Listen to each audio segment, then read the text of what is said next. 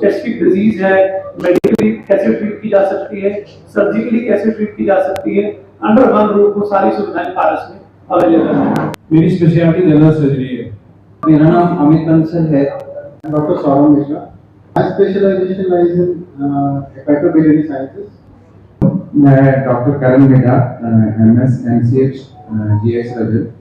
Doctor Monish Kataria, मैं gastroenterologist. आज की ये मीटिंग थी कि पारस हॉस्पिटल में गैस्ट्रोइंटेस्टाइनल साइंसेस का एक अलग विभाग बना है, जिसमें कि गैस्ट्रोएंटरोलॉजिस्ट हैं और सर्जन्स हैं और एलाइड स्पेशलिस्ट हैं, जिसका पर्पस है कि एक comprehensive care under one roof available हो हर तरह की बीमारियों के लिए, जो कि मेडिकली ट्रीट हो सकती हैं या सर्जिकली ट्रीट हो सकती हैं।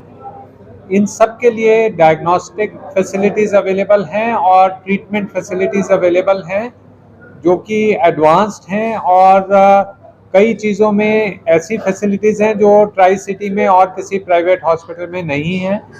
और पब्लिक अवेयरनेस की ज़रूरत है कि बहुत सारी बीमारियां बड़ी इजीली ट्रीट हो सकती हैं। अर्ली डायग्नोसिस हो जाए तो वो बीमारियों का प्रोग्रेशन रुक जाता है और ट्रीटमेंट अच्छा और इफ़ेक्टिव हो सकता है।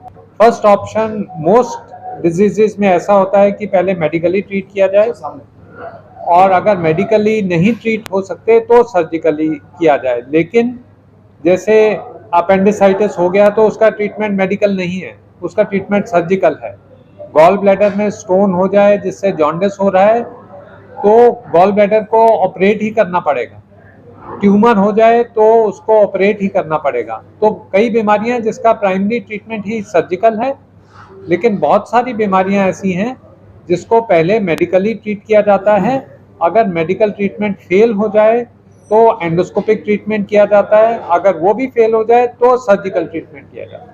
क्योंकि surgery itself is invasive procedure, non invasive surgery is no term in fact. And invasive surgeries में यही है कि लेप्रोस्कोपी सर्जरी है, ओपन सर्जरीज है, ये पेशेंट टू पेशेंट देखा जाता है, पेशेंट के क्राइटेरिया पे चलना पड़ता है।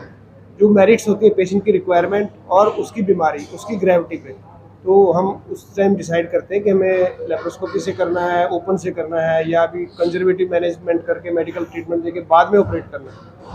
कई बार पेशेंट लेट स्टेज में पहुंचता है, 3 दिन बाद पहुंचता है अपेंडिसाइटिस, आप ऑपरेट ही नहीं कर सकते, आप उसको पहले मेडिसिन से ठीक करते हो, महीने 1.5 महीने बाद ऑपरेट करते हो।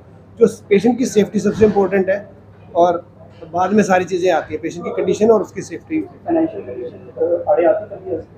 कई बार आती है, पर आमतौर पर आजकल पेशेंट बड़े अलर्ट हैं, या तो उनके पास हेल्थ कार्ड्स हैं, या कोई ना कोई कंपनी के इंश्योरेंसेज है, या कोई प्रोग्राम के अंडर आते हैं, जैसे आर्मी सर्विस स्कीम है, ECHS है, CGHS है। तो यूजुअली इस तरह की बहुत ज़्यादा वो प्रॉब्लम नहीं आती हमें कि कभी पेशेंट से इस चीज़ पे हमें नेगोशिएट करना पड़े। सारा खाना जो हम खाते हैं वो लिवर में ही सही होके निकलता है, तो हमें लिवर को डिटॉक्सिफाई करने का ज़रूरत नहीं है, हमें साबुन को धोने का ज़रूरत नहीं होता है। तो लिवर खुद में ही डिटॉक्सिफाइंग एजेंट है। लाइफस्टाइल अच्छा रखना है। Most common cause liver disease का आजकल फैटी लिवर है, तो अपना वजन कम रखना है, सेंट्रल ओबेसिटी जो होती है उसको कम करना है, सवेरे उठना है और 30 to 40 मिनट्स एक्सरसाइज करना है, अपना BMI 25 से कम रखना है, दिन में ऐसी एक्सरसाइज करना है कि हमारा हार्ट रेट बढ़े, हमें पसीना है। That is what is effective exercise. Visceral fat कम होगा तो लिवर से फैट अपने आप कम होगा। 2 बातें बोलना चाहूँगा कि जो हम गैस्ट्रोइंटेस्टाइनल सर्जरी कर रहे हैं उसमें मेन जो ये आ रहा है आगे, दैट इज मिनिमल इन्वेजिव। मतलब जितना छोटा होल से हम उसको सर्जरी करेंगे उतनी रिकवरी फास्टर होगी। जैसे कि डॉक्टर बत्रा ने भी बताया कि लैप्रोस्कोपी फिर रोबोटिक, उसमें हमारी रिकवरी पेशेंट के आउटकम्स आगे से बेटर होते जा रहे हैं। तो वही हमारा ये है कि कुछ भी सर्जरी हम मिनिमल इन्वेजिव तरीके से करें। और दूसरी बात मैं ये बोलना चाहूँगा कि जो हमारा गैस्ट्रोइंटेस्टाइनल ऑर्गन्स हैं उसको जो जोड़ के रखते हैं, उसकी दीवार, पेट की दीवार, अब्डोमिनल वॉल, तो उसमें जो हर्नियास हैं उसमें आजकल के दौर में बहुत एडवांसमेंट आ चुकी है। जो आज से 10 साल पहले हर्नियास की सर्जरी होती थी और जो आज के दौर में हर्निया की सर्जरी है उसमें बहुत अंतर है।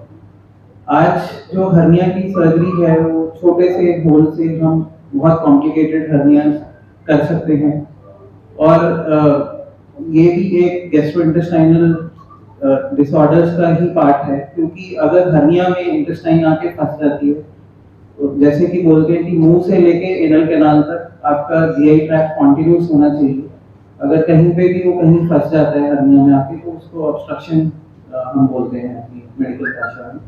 तो उसके लिए ये मेरा दूसरा पॉइंट है कि वो एडवांसमेंट भी हम इधर पारस में आपके लिए लेके आएंगे।